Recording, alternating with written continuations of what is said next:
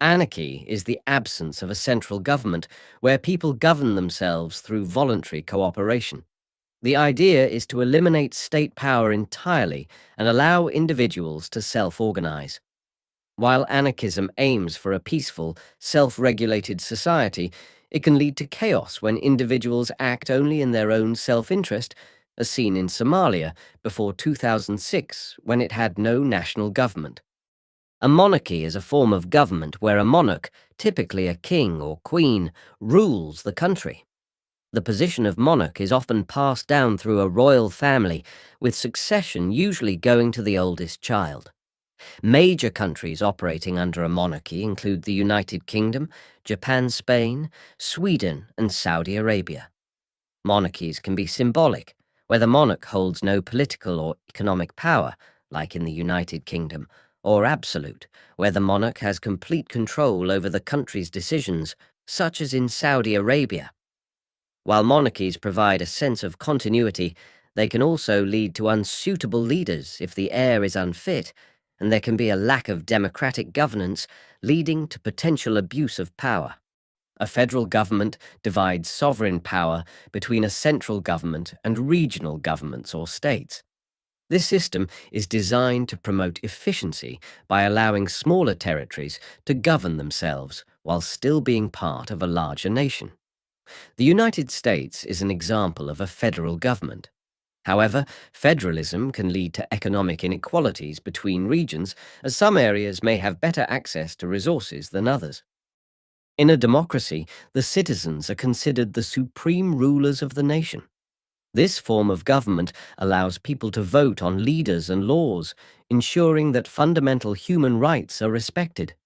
Countries like Norway, Sweden, and New Zealand are prime examples of democracies. The downside of a democracy, however, is that the constant changes in leadership can lead to instability and a lack of long-term consistency. An oligarchy is a form of government where a small group of people, usually from wealthy or influential families, hold power. Unlike monarchies, leadership in oligarchies is not passed down through inheritance, but the ruling group maintains power through financial or military means.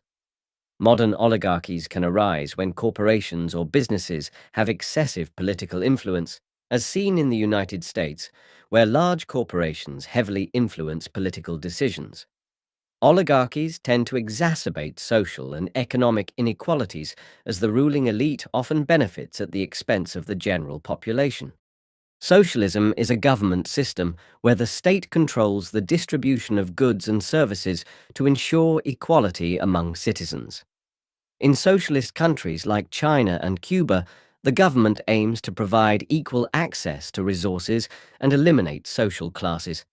However, socialism can suffer from a lack of incentives, as individuals receive the same benefits regardless of their efforts, which can discourage hard work and lead to economic failure. A parliamentary system is a type of government where the party with the greatest representation in the legislature forms the executive branch. The leader of the majority party becomes the prime minister, who is responsible for executing the laws. In parliamentary systems, like in Japan, the ruling party does not hold absolute power, and the prime minister can be removed through a vote of no confidence. However, parliamentary systems can be unstable, as the opposing party frequently challenges the ruling party, leading to political gridlock. An autocracy is a government where one person or a ruling party holds absolute power. This power is unchecked by any external factors, and the ruler's decisions are final. Autocracies, such as the Soviet Union under Joseph Stalin, are often characterized by the suppression of civil liberties and the potential for abuse of power, leading to dictatorships. Finally, a totalitarian government seeks to control every aspect of life within a country, including political, economic, and personal beliefs. In totalitarian regimes, like North Korea, citizens' freedoms are heavily restricted, and dissent is not tolerated. Totalitarian governments are prone to human rights abuses and oppression, as the state maintains absolute control over its people. In a communist government, The state seeks to create a classless society by controlling the country's resources and eliminating private ownership. The ruling party, typically authoritarian, makes all political, economic, and social decisions. Countries like China, Cuba, and North Korea are examples of communist regimes. While communism promises equality, it often leads to human rights abuses, economic inefficiencies, and the restriction of personal freedoms. A republic is a government where the people elect representatives to make decisions on their behalf. This system ensures that the state belongs to the people and the leaders are accountable to the citizens. Countries like the Philippines are both republics and democracies. However, republics can be prone to corruption and abuse if leaders fail to act in the people's best interests. In a presidential system, there is a clear separation of powers between the executive and legislative branches of government.